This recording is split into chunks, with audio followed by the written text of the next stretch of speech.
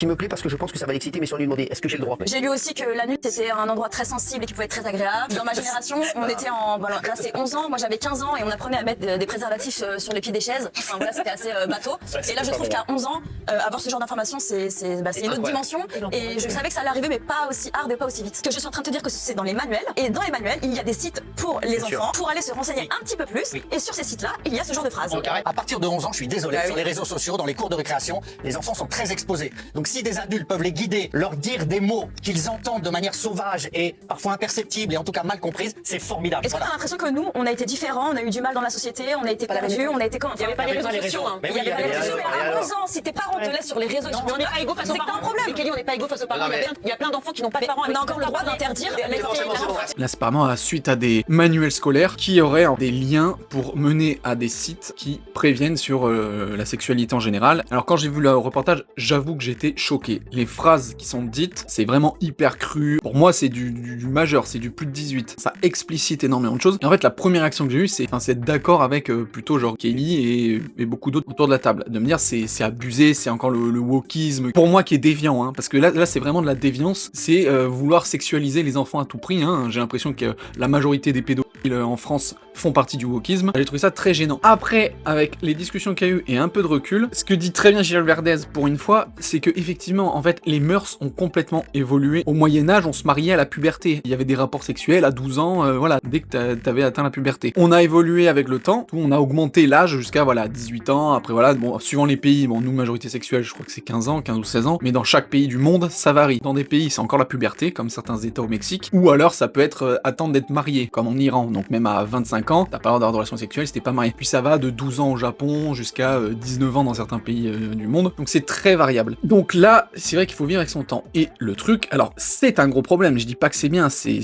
vraiment un gros problème. Hein. Mais avec l'arrivée des smartphones et des réseaux sociaux, en fait, avant, il y avait une différence entre le monde enfant et le monde adulte. Il y avait une barrière. Ceux qui ont ma génération et les plus vieux, vous savez de quoi je parle. On mangeait jamais avec les adultes, ou alors on mangeait à côté, à part des adultes. On ne discutait pas avec eux après. On était dans notre monde d'enfants, on jouait entre nous et les adultes discutaient de choses d'adultes. Il y avait vraiment une frontière. Or maintenant, c'est complètement explosé. Là, les réseaux sociaux, à la base, c'est un monde d'adultes. Sauf que les réseaux sociaux, c'est sur Internet. N'importe quel enfant peut y avoir accès. Ces enfants ou pré-ados, quand ils vont sur Internet ou sur les réseaux sociaux, bah ils voient du contenu qui est réservé aux adultes. Je parle pas forcément de la pornographie, mais en général, tout ce que les adultes voient, bah les enfants le voient aussi. Qu'il y a un mélange en fait de culture entre les enfants et les adultes. Du coup, là, la barrière elle est complètement explosée. Et par rapport au sexe, alors là, c'est fois 1000. Et le truc, c'est que oui, à un moment donné, faut pas nier. Je veux dire, n'importe quel enfant, il essaie de se découvrir au niveau de son corps et tout. C'est peut-être pas sexuel dans un premier temps, mais ça arrive quand même assez vite, même à peine un peu avant la puberté ou au milieu de la puberté, donc c'est quand même très jeune. Mais à la limite, ça concerne que soi-même. Ça concerne pas leur relation avec les autres. Or là, dans ce qui a marqué dans les manuels scolaires, c'est vraiment un guide pour montrer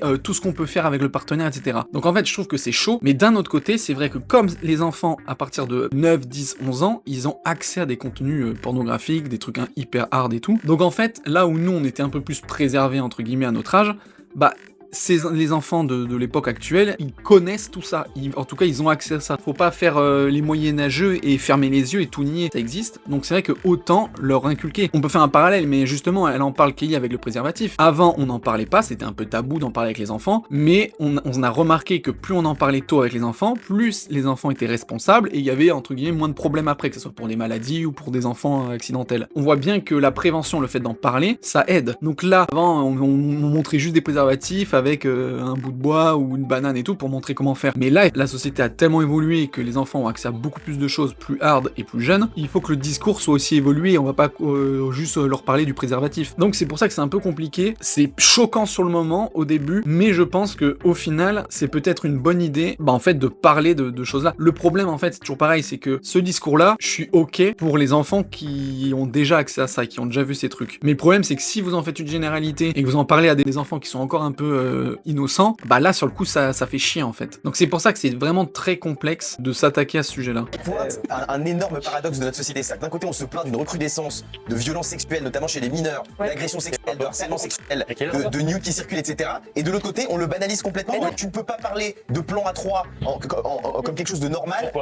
Bien sûr. Un gamin de 11 ans, mais pas du tout. Mais les enfants il faut restreindre l'accès à ces contenus qui sont réservés aux adultes et arrêter de banaliser les pratiques. Surtout c'est pas un guide soft, c'est des pratiques relativement hard, c'est des, bien sûr. des choses qui peuvent être Je veux perçues comme des entendre déviances. Raymond. Justement, je peux contrer la pornographie. Les enfants, dès l'âge de 9 ans, Géraldine l'a dit, sont confrontés à leur première vidéo porno. Il y a Bélaï, pas absolue sur Bélaï, les c'est pas- mais ça Bélaï, n'apparaît pas. Bélaï, Ça Bélaï, explique à Bélaï. leur niveau des pratiques dont ils entendent parler. Bélaï, On doit rappeler que le sexe, ce n'est pas ça. Rappelez Ça quand peut même. l'être. Le sexe, ce n'est pas ça. Ça peut l'être. Ça peut l'être. Vous réagissez comme si on était dans un espace. Donc là voilà, il comprend pas Guillaume Janton parce que il dit on se plaint qu'il y a beaucoup trop de sexualité, voilà, dans notre société et tout, et après leur montrer de ces choses-là. Mais justement, c'est ce que j'expliquais avant. On est dans un monde comme ça, donc il faut les initier rapidement pour pas qu'ils fassent de la merde. C'est le principe de l'éducation. Quand tu mets un enfant dans la nature, il va manger un champignon, il va mourir parce qu'il est venimeux. Donc il faut le préparer à ça. Il voit ce champignon, donc il faut lui expliquer ce que c'est. Là pour la sexualité, c'est pareil. Il a vu toutes les pratiques et tout. Là il parle, oui, il faut pas lui dire que les plans à 3 c'est machin. Il a un raisonnement de moyenâgeux religieux qui considère que c'est le diable. Mais en fait, il y a rien de mal en fait au plan à 3. C'est juste l'Église qui a dit que c'était pas bien. Mais les humains, on est des êtres vivants. Il y a pas de mal en fait. Ceux qui pensent ça, c'est vraiment ceux qui sont obstrués au niveau du cerveau. Les enfants, ils vont voir sur internet, ils vont pas voir que des relations à deux bien consenties et tout. Ils vont voir des plans à 3 et tout. Donc oui, il faut aussi en parler. Donc c'est pour ça, là, sur le coup, il est à côté de la plaque. Tu comprends qu'il y a une différence entre l'avortement,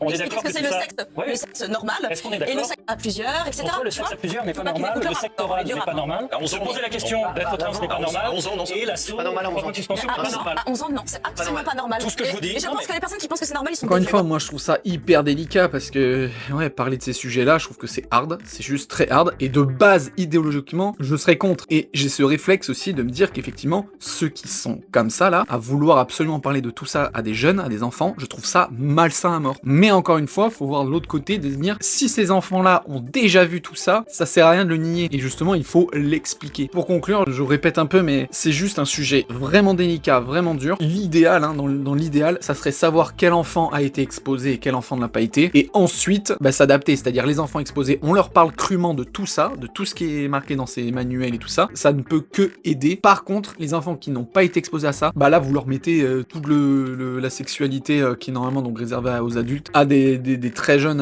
enfants, enfin en tout cas des très jeunes préados. Et du coup, c'est délicat. C'est ni blanc ni noir, quoi. C'est du cas par cas et c'est compliqué.